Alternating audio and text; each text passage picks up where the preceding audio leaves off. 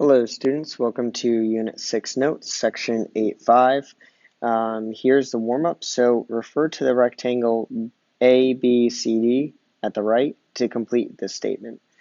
So assuming that this is a rectangle, we know that these are parallel. And if we know that these are parallel lines here and parallel lines here, we have a whole bunch of alternate interior angles, and so these will be congruent. Not only will those be congruent, but these angles here, 5 and 11, will be congruent. Remember that alternate interior angles are, here's your parallel side, here's your transversal, it's cut by the transversal, that's the angle that's formed, and then here's your other parallel side. So angle 1 and angle 7 are congruent, and angle 11 and angle 5 are congruent. Don't forget that here, we also have a whole bunch of congruent angles as well. So angle 3, so angle 10 and angle 8 are congruent. Angle 10 and angle 8. And we're going to say that angle 3 and 6 are congruent as well. So what do we got going on here? Angle 1 is going to be congruent to angle 7. So I can answer that question, angle 7. We have, actually, you know what, I'll use the same color that I used, angle 7. Angle 5 looks like it's congruent to angle 11. We have angle 3, which is congruent to angle 6.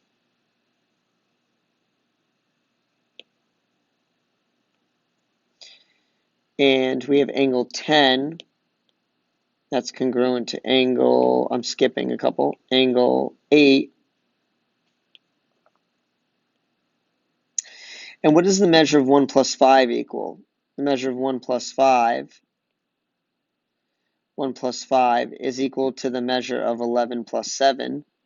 So there's a couple answers for this one. We could say the measure of angle 7 plus the measure of angle 11. That's one answer. Or another answer is that they add up to 90 degrees, because we know that these angles here are 90. And if you look at this as a triangle, C5 and 1 and 90, this is a triangle, so they have to add up to 180. So if this is 90, these two together have to be 90. So that is one answer we could have said. All right, what about 10 and 3? 10 and 3 are also, they have to be equal to 180, so that's one answer. Or, let's see, what color did I not use? Well, we'll use light green. So we could say it's equal to 90 degrees. Oh, no, sorry, 180, because they lie on a line, right? 10 and 3 add up to 180, they're linear. Or they're the measure of angle 6 and the measure of angle 8. Or we could say, or the measure of angle 6 plus the measure of angle 8. Okay, so that's the warm-up that we have that we're working with now. And let's take a look. We are doing angles of elevation depression. So you are going to be using trigonometry for this. Again, we're going to be using right triangle trig.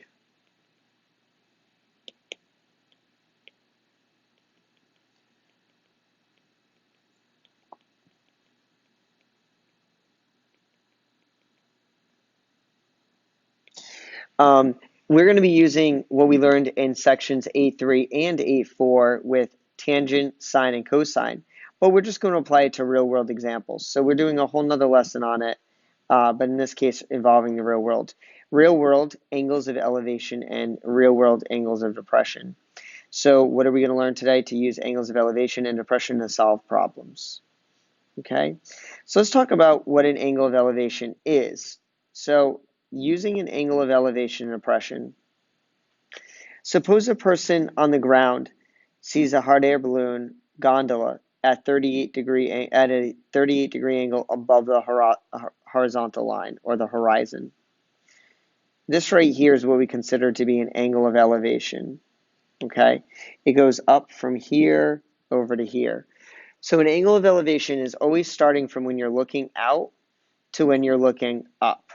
So that increase right there is a 38-degree increase from your horizontal line.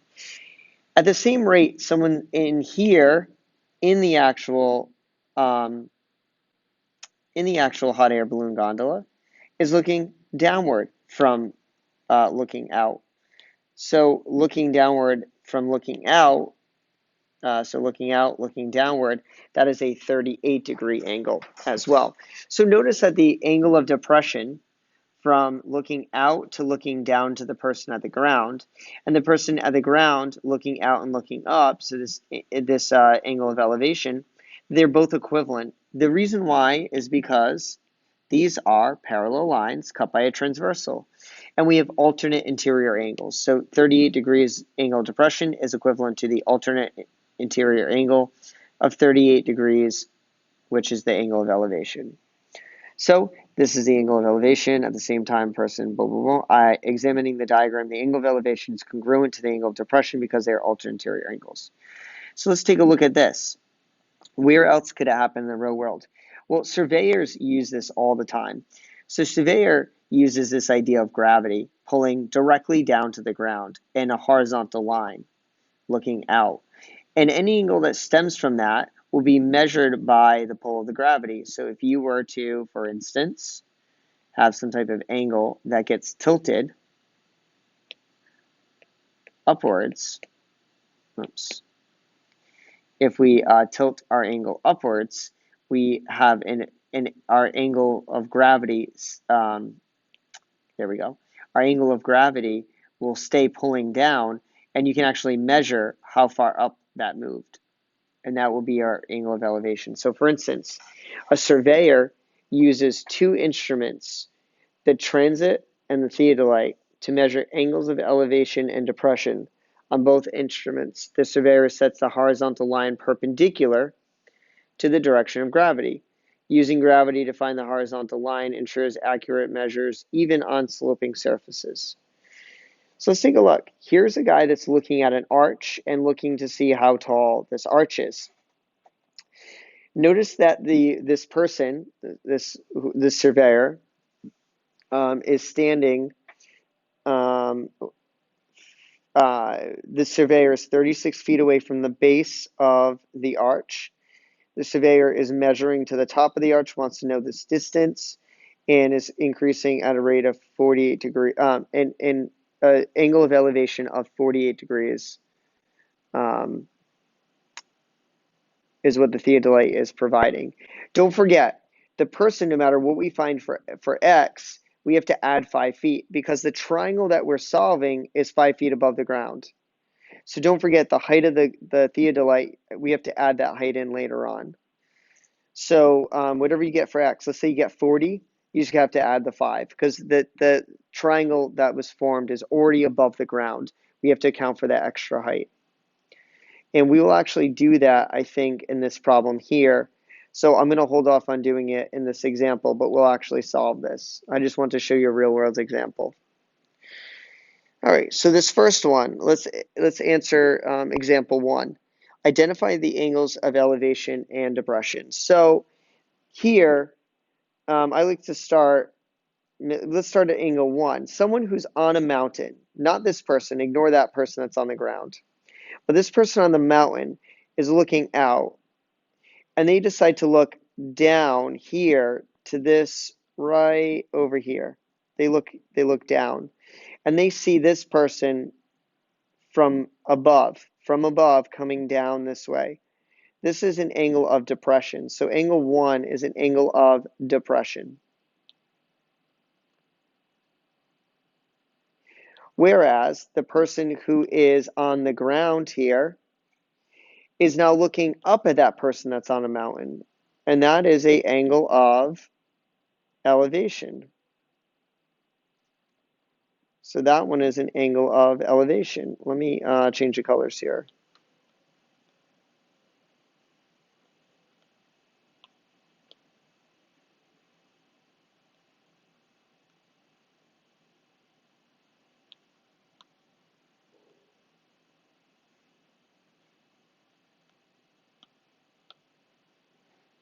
right.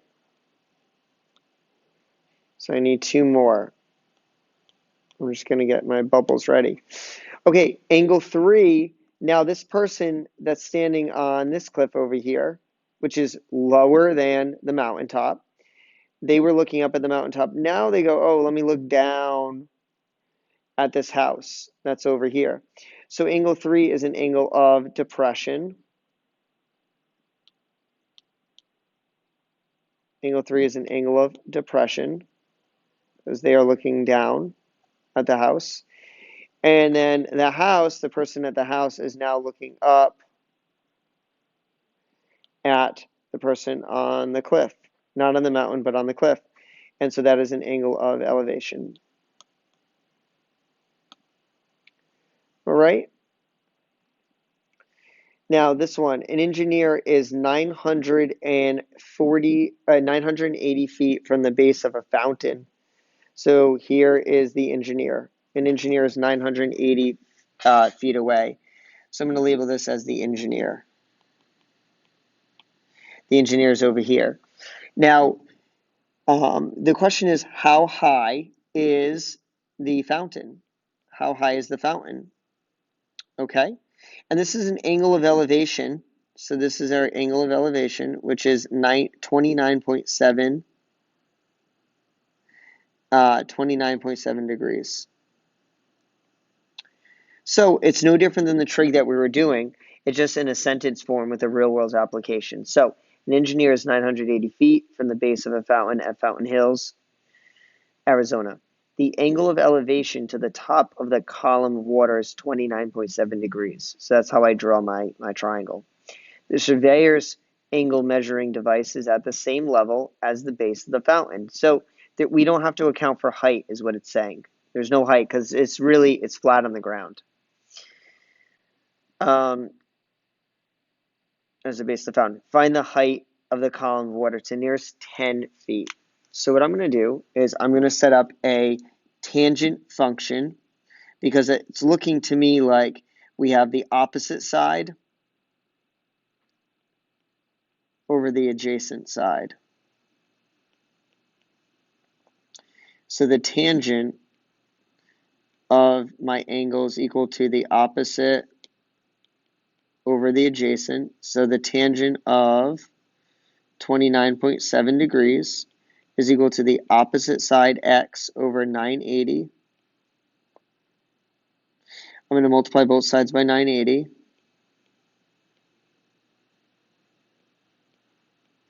So x equals 980 tangent of 29.7.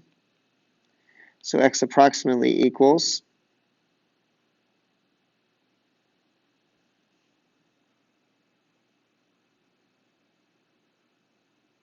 where am I? 980. Let me just make sure I'm in degree mode. Don't forget degree mode. So 980 tangent of 29.7. And that is about 558.982. But they want it to the nearest 10 feet, which is the 5. So what happens to the 5 if the foot after that is an 8? We're going to round up. So we're going to say 560 feet. So the height is approximately 560 feet. And let's see, 560, awesome.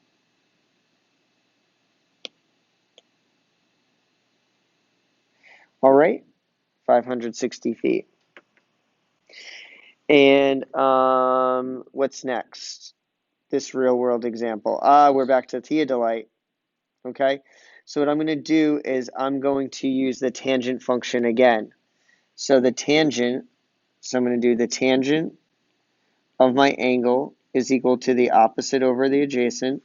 So tangent of 48 degrees, that's the angle the theodolite makes, is equal to x over 36. I'm going to multiply both sides by 36.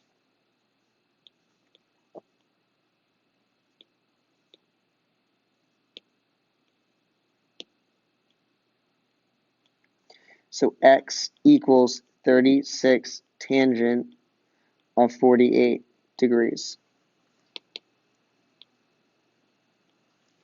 Okay, and we have 36 tangent of 48.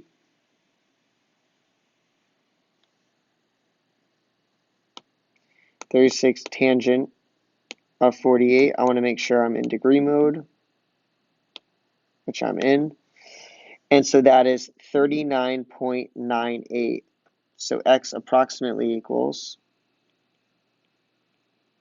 39.98205 feet. Don't forget, though, that we still have to add this 5, okay? This 5 is crucial to add, right? Those 5 feet there. All right, so we are going to make sure we add that in. So we're going to do plus 5. So x approximately equals,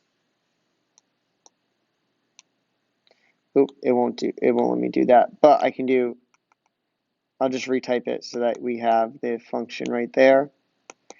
I'm going to add 5 to it, and I get 44.98205. And so what does it want me to round to? It wants me to round. By the way, this is the Delicate Arch in Arches National Park in Utah, which is severe leveled with the theodolite. Oh, she actually measures the angle of elevation to the top of the arch. She then measures the distance from where she wants to stand to the point directly under the arch. Her results are shown in the diagram. What is the height of the arch? And they don't, you know what, they don't give us a way to round, but I'm just going to round it anyway. I'm going to say the height of the arch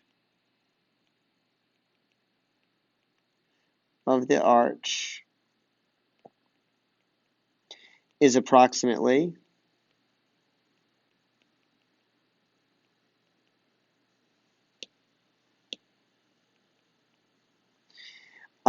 45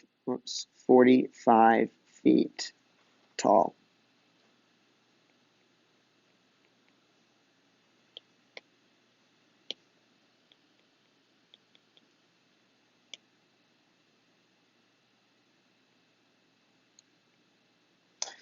All right.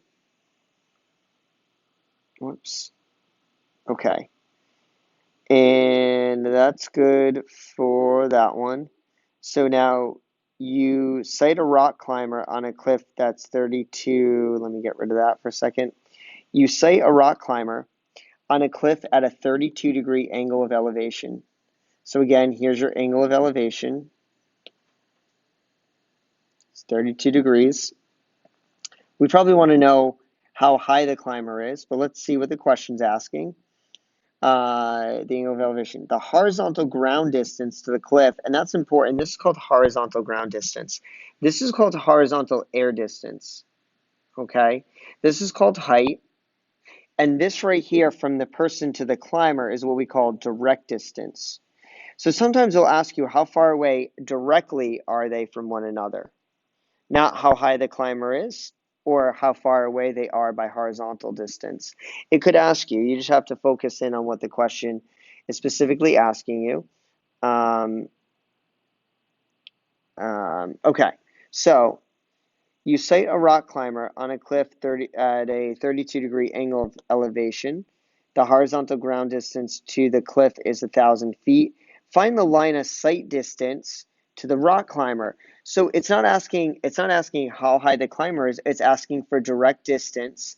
This is called, again, direct distance.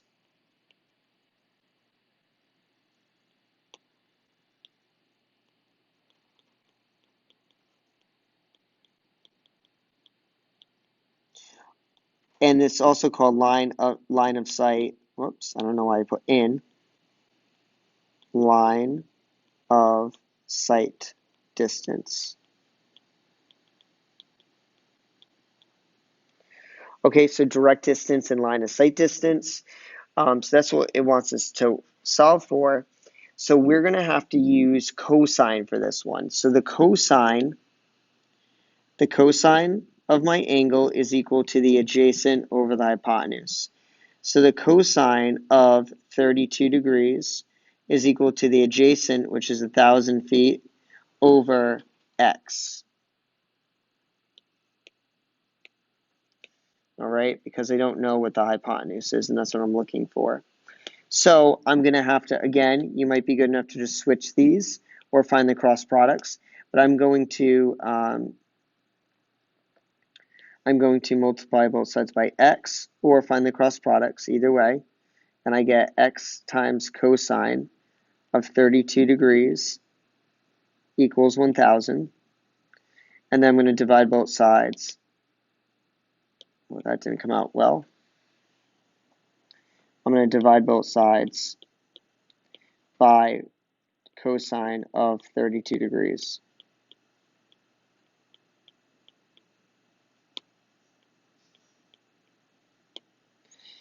And that leaves me with, let's see, let's do that again. X equals 1,000 over the cosine of 32. All right. And let's see, 1,000 over, we want to make sure we're in degree mode, which we are. Let's clean out some of these. Okay, 1,000 over the cosine, whoops, of 32 degrees. And so x is about, oops, I did that wrong. See, that distance can't be lesser. Oops, so let's try that again. So there we go, cosine of 32 degrees. The hypotenuse has to be the longest side. I can't have something lesser than that. So we have 1,179. So we're going to say x is approximately equal to 1179.1784. And it doesn't tell me how to approximate, but I'll say about 1,179. I think we can just round off. I don't think we need to round. You know what? 0.2 feet. No, let's just round to nearest foot. Okay, that's good. So I'm going to say then the line of sight distance. Whenever you're answering these, you're going to answer in a complete sentence because they're real world application problems. So the line of sight distance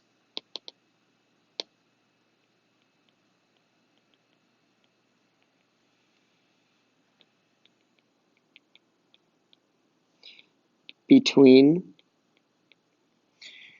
the person on the ground, is it on the ground?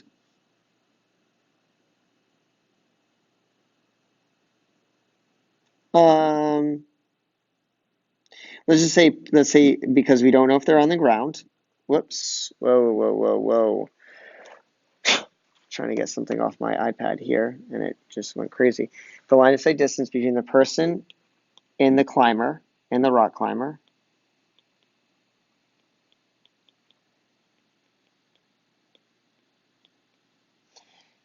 is approximately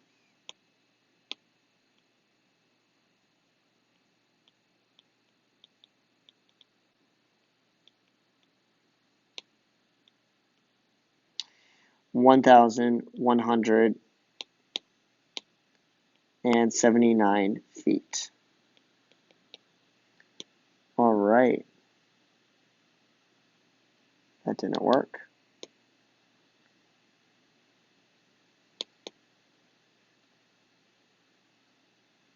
Boom. There we go.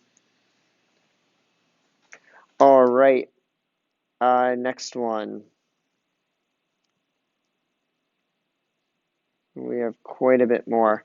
Maybe we'll do some of these in class. But let's see. Okay, the next one. To approach runway 17 of the Ponca City Municipality Airport, maybe I'm not pronouncing that right, Ponca, Ponca City Municipal Airport in Oklahoma. The pilot must begin a 3% descent starting from an altitude of pilot must begin a 3% descent starting from an altitude of 2,714 feet. All right. And they are going to do the airport altitude is 1,007 feet. Sorry, I'm multitasking. I'm trying to open the textbook for a second.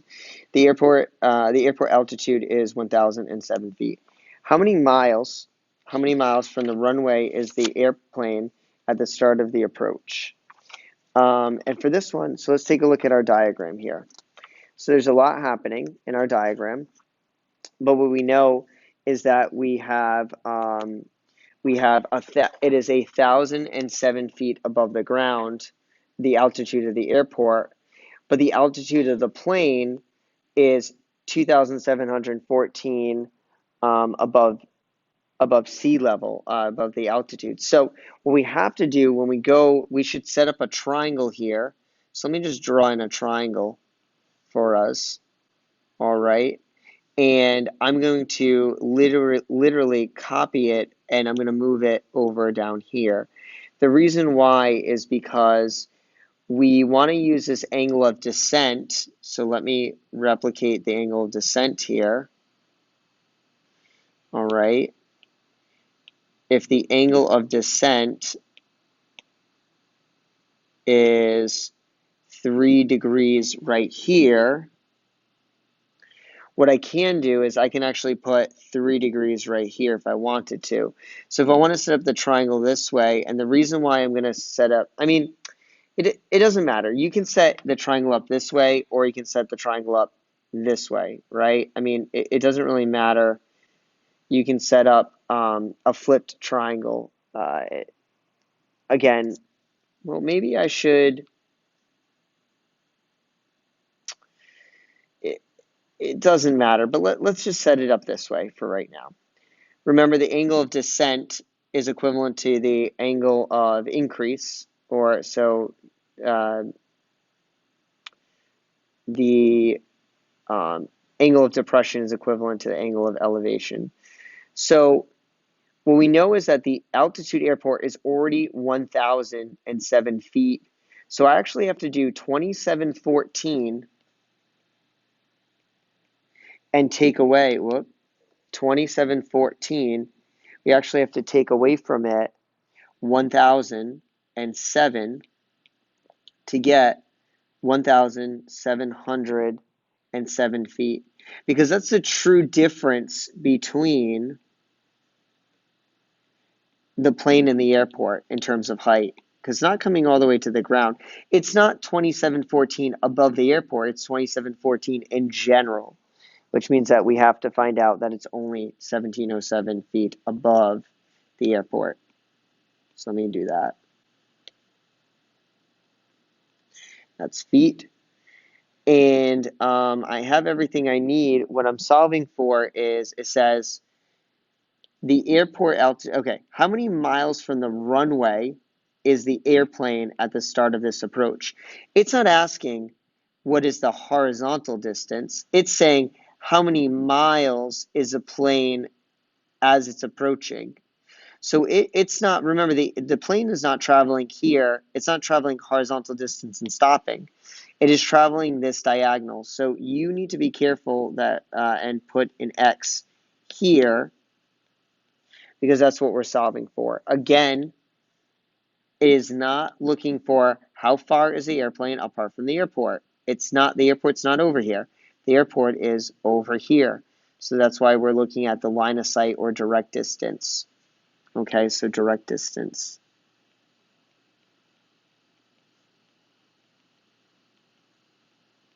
Again, if I set my triangle up upside down, or what would consider be upside down, like this way, we would still get the same answer. So you can do either triangle. Okay.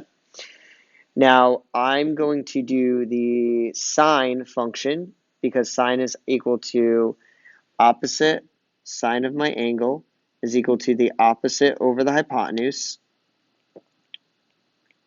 which means that the sine of my angle of 3 degrees is equal to 1707 over x. I'm going to move this over here because I'm running out of room already. Okay, and now I'm going to multiply both sides by 7. Times x. So I get x times sine of 3 degrees is equal to 1707.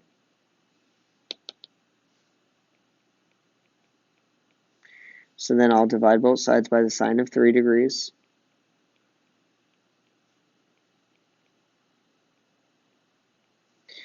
And I get x approximately equals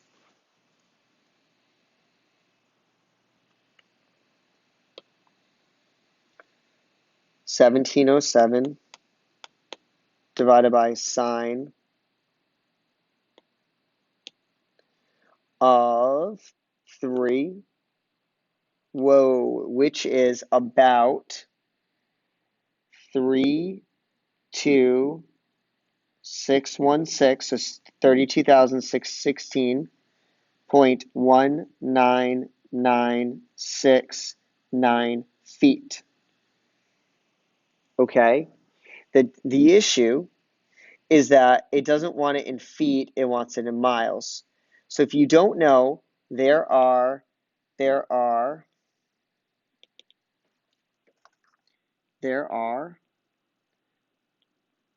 5,280 feet in 1 mile.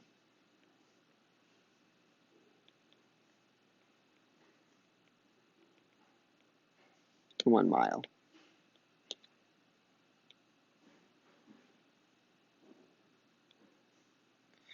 There are 5,280 feet in 1 mile. So what we have to do is take that number and divide it by 5,280. So we're going to take 32,616 divided by 5,280, and we get about. Now what I'm going to do is I'm going to just do all of this. I'm going to retype it in, okay? And divided by sine of 3. And I'm going to put parentheses like this. Whoops, I don't want that. I want that. And what I'm going to do is I'm going to divide this now by 5,280 to get an exact approximation, which ends up being, now you could have typed that number in, 32,616 divided by 5,280. I'm just doing it a little bit different way. I get 6.177. So it's about 6.2 miles. All right.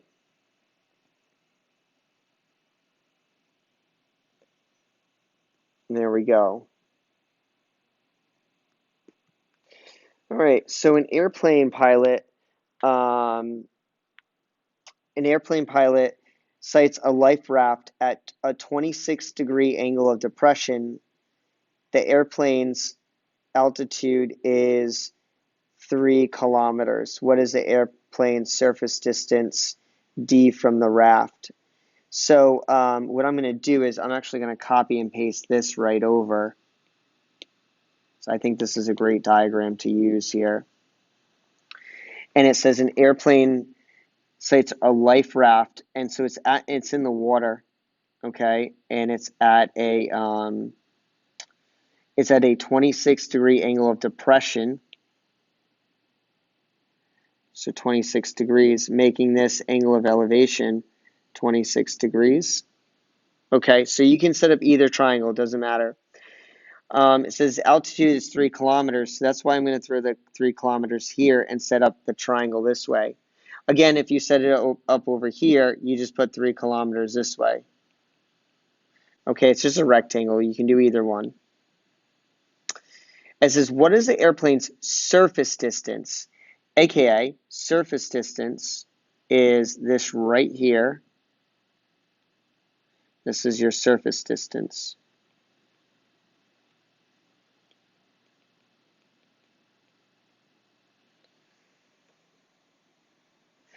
Again, it's not asking from the plane. Oh, duh, the plane's up here. Plane. Whoops. The plane is up here, and the life raft is down here. And the plane, again, is looking out and then looks down at the raft down here. So 26 and 26, your surface distance is this part. It doesn't want to know the direct distance. The plane's not going to crash into the raft. The plane also, we don't necessarily want it to crash into the ground here. We already have that value. We want to know how far over, because the plane's going to fly. Well, in theory, if this was a helicopter, it could fly and then stop and drop a rope down to the raft, right, and help the people on the raft. So it really wants to know its surface distance, which would be, you could use this value here or this value here, depending on how you set up your rectangle, okay, or your triangle, if you did this upper side. Again, it doesn't matter. You're still going to use tangent.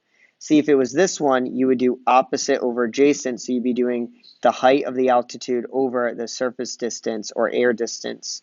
Here, it's the tangent is opposite over adjacent. Same thing. So let's use tangent. So the tangent of my angle is equal to the opposite over the adjacent. So the tangent of my angle is equal to the opposite, 3, over the adjacent, x.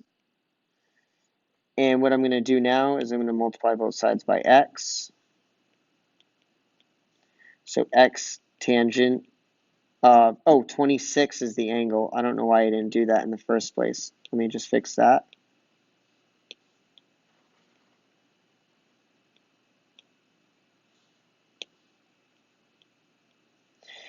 Okay, and then I'm going to divide both sides by the tangent of 26.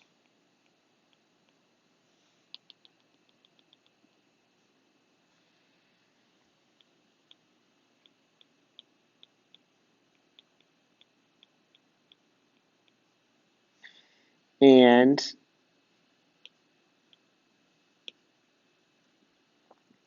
I get x equals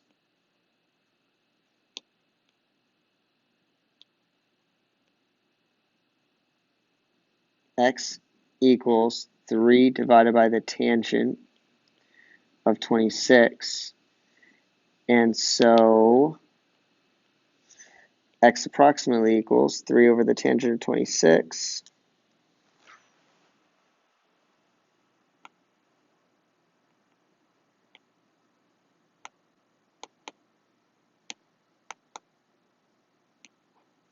Which is about 6.159.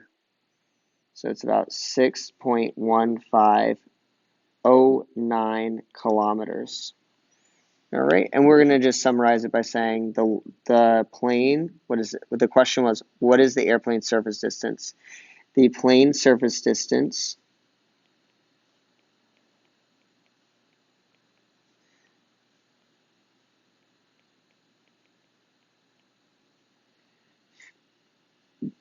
D from the raft is about 6.2 kilometers.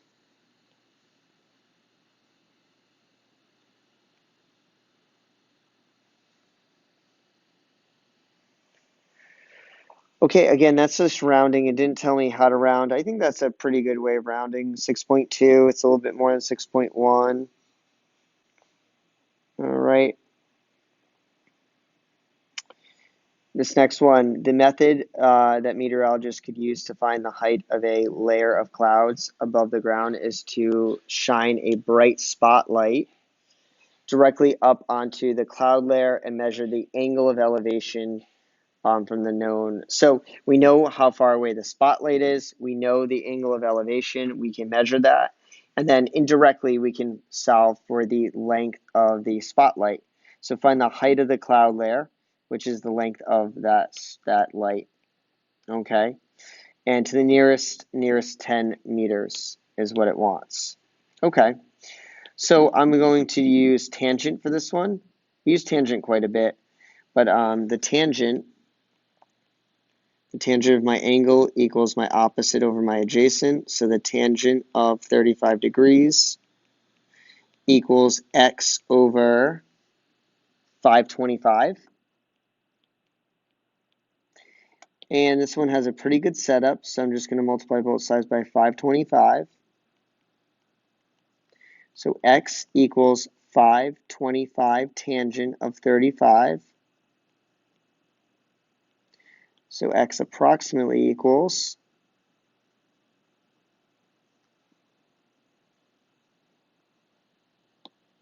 let's clear some out. Okay, so 525 tangent of 35 is about 367.6089. Let's just say 609, because we're only rounding to the nearest 10 meters. So x approximately equals 10 meters is 10. It's this spot right here. So we're going to say about 370 meters. All right, and so we can say definitively now that the height of the cloud layer, the height of the cloud layer, or the layer of clouds, is approximately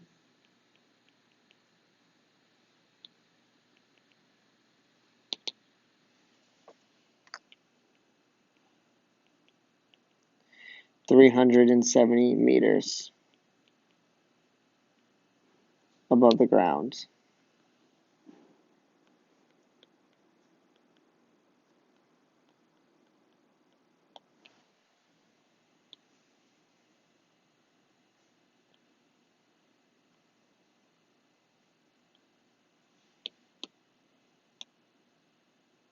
Okay.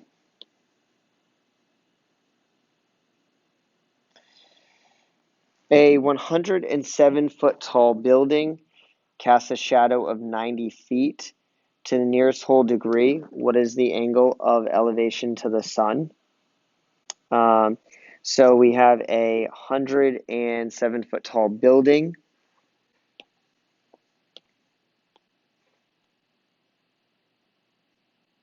That was an awful, I'm not even trying at this point. We have a building, it is 107 feet tall.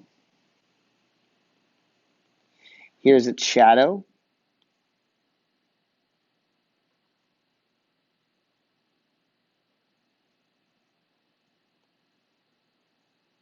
Here's its shadow.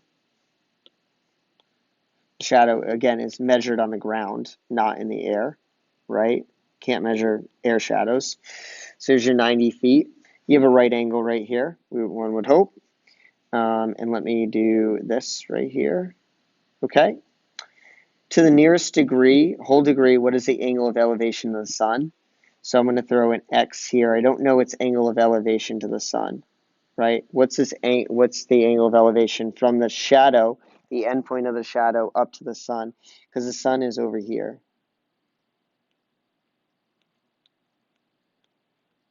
Ooh, I think I have a sticky note. I think I have a sticker for that. Nope. I have a star one. And I have do I have a sun? I do. Thought I had a sun one. Way better than my sun. All right.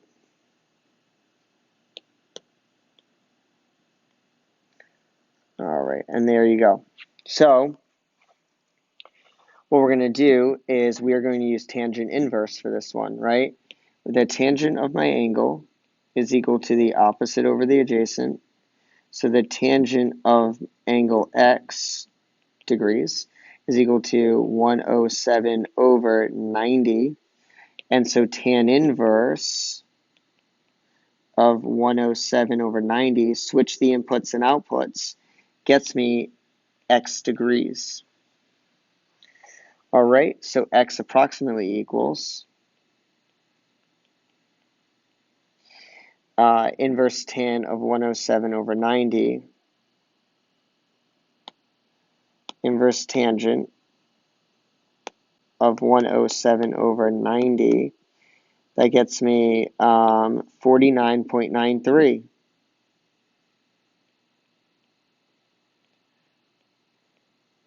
2 degrees, which is, it says round to the nearest whole degree, so it's about 50 degrees. All right, let's see if that's an option. It surely is. All right, good. What do we have? A couple more. A firefighter on the ground sees fire break through a window near the top of the building. There is a voice contact between the ground and the firefighters on the roof. The angle of elevation of the window, is 28 degrees. The angle of elevation to the top of the building, this whole one right here, is 42 degrees. The firefighter is 75 feet from the building and her eyes are about 5 feet off the ground. So this is about 5 feet.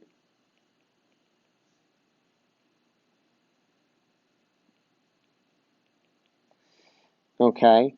What roof to windowsill distance can she report to the firefighters on the roof? So what roof to, let's see, this is what roof to windowsill. So this distance right here is what we're looking for. So this is the unknown. That's the unknown distance right there. That's a tough one because first what we need to do is we need to find this distance here. Well, so that's what I want to know. I want to know this distance. I'll put in a question mark. What I need to know is I need to know first off how much distance is here. How high is this distance? Right? So 5 and here. But then I also need to you know what? I don't even need this 5. It's actually not even going to come into effect. So that's just there to trick you. So this right here, I need to know. And then I need to know this part right here, right? So call that y.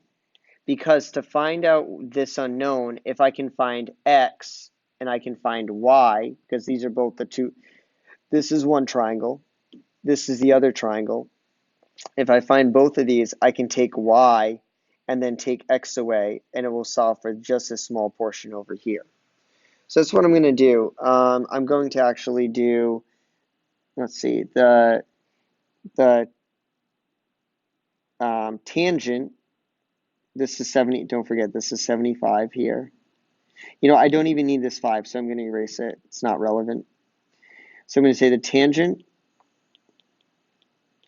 of 28 degrees is equal to x over 75. So multiply both sides by 75.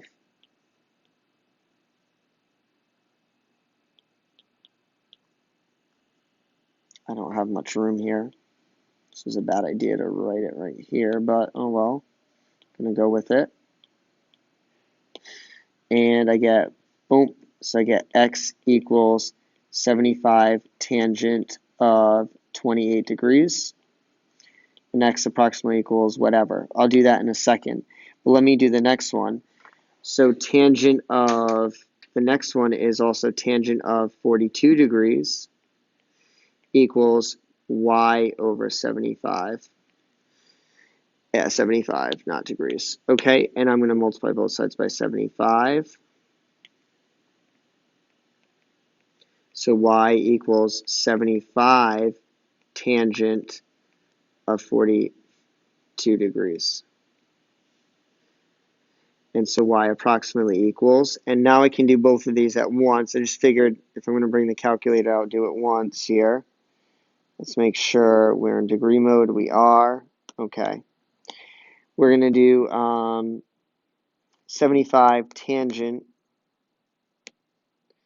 of 28, and that is about 39.878. And y is going to be 75 tangent of 42, which is 67.530. And what I need to do is do y minus x. Y minus x will equal my question mark. Okay, so I'm going to do 67.530 take away 39.878, and that will get me what I'm looking for, which will be equal to, and what I'm going to do is I'm actually going to type these in as 75 tangent of 42 because I'm going to get an exact value, and I'm going to take away from it 75 tangent of 28. And that is exactly, or approximately,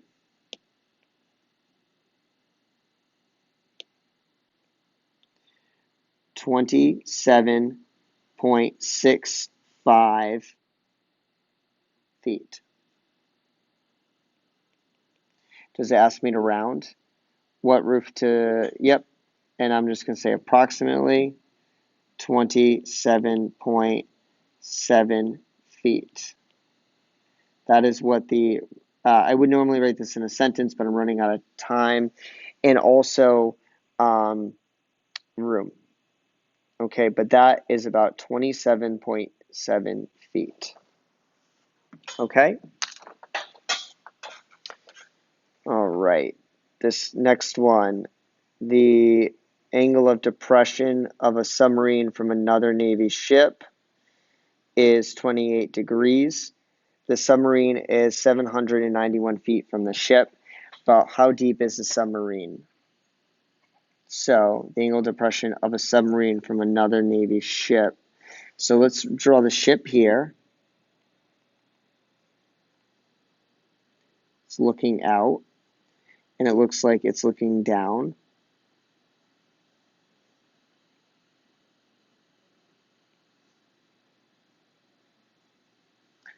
We'll draw in a ship is looking down at the submarine at a 28-degree angle of depression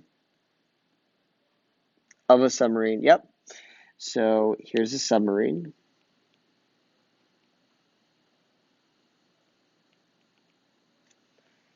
And it says the submarine is 791 feet from the ship. That's your direct distance right here. This has to be 791 feet. And that's your direct distance.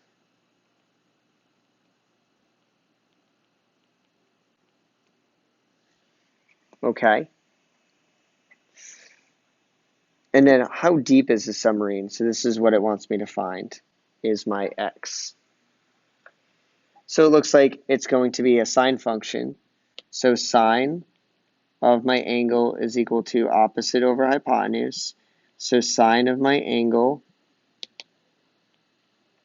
sine of 28 degrees, is equal to the opposite x over 791, which is the hypotenuse. So in this case, we multiply both sides by 791. So x equals 791 sine of 28 degrees. So x approximately equals 791 sine of 28.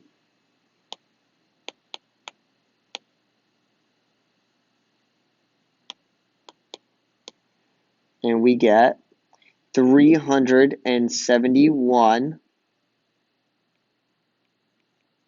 feet or meet. What are we at? We're feet, about 371 feet, which is answer F.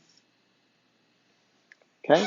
Again, the submarine being away from the ship, you're looking at its direct distance. Okay, so that's how you know that one. And then how far down is the ship is this one. If it said, how far would the ship travel to be over the submarine, that would be this distance. That would be your horizontal water distance, or, you know, surface distance. All right. Two more left. A kite on a 100-foot string has an angle of elevation of 18 degrees. So let's draw like a person down here. I'll draw a person. They're holding a kite with a 100-foot string. And it has an angle of elevation. An angle of elevation of 18 degrees. Let me label that 100 feet. Okay, here's the kite up here.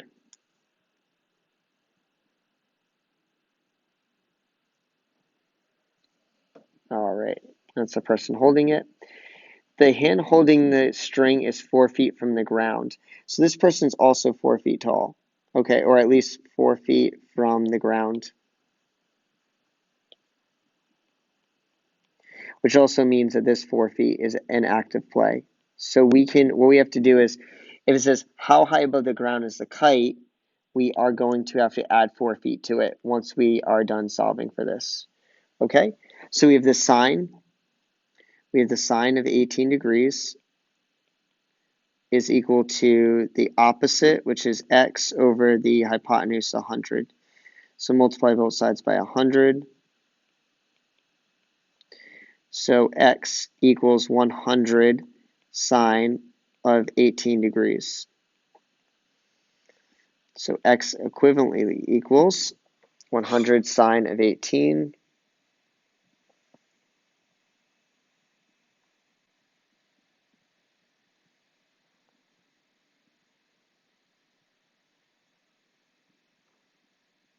Which is about 30.901 feet. But don't forget, we have to, what color am I going to use? This one. Don't forget about this 4 feet. So we have to add 4, making it approximately 34.9 feet.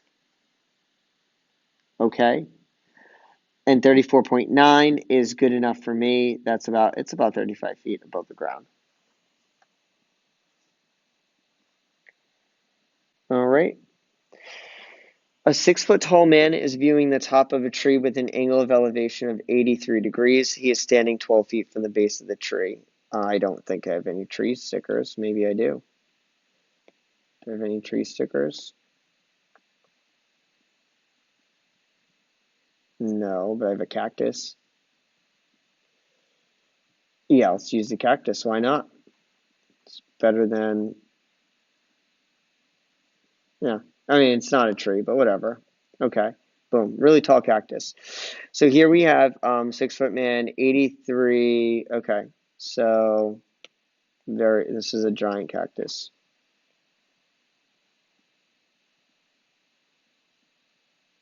I have no idea why this cactus is this tall, but whatever.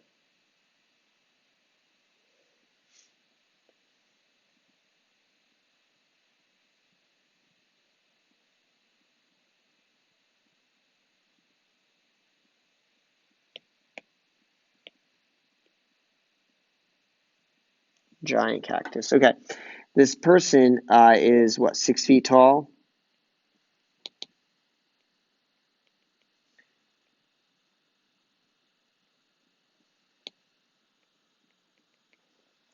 All right. The angle of elevation is 80. I have no idea why, but it's 83 degrees. It's a crazy elevation. He's standing 12 feet from the tree. So there's our 12 feet from our enormous cactus, tallest cactus in the world. Not even possible, but whatever. the angle of elevation, boom, boom, boom. So draw a sketch of the situation, show a stick figure for the man, label the angle of elevation. I did. The height of the man and the distance from the man standing at the tree. So everything's there. And now write and solve an equation to find the height of the tree, round your answer to the nearest foot. So I'm going to throw a x right there. Ooh, you can't see that. Okay, and that's going to be for the height. So we're going to do the tangent of my angle is equal to the opposite over the adjacent. So the tangent of 83 degrees is equal to the opposite x over 12. And so now I'm going to multiply both sides by 12. And I'll get x equals 12 tangent of 83 degrees. So x approximately equals, and let me move a few things.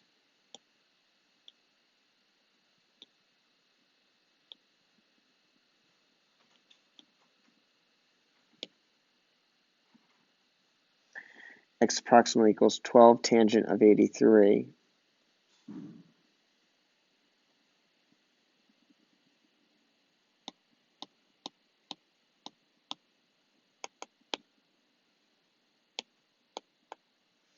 Which is about a 97-foot cactus. Okay, 97.732 feet, which it says round your answers to the nearest foot, so 98 feet. So we're going to say the tree is about 98 feet tall. The tree is about 98 feet tall.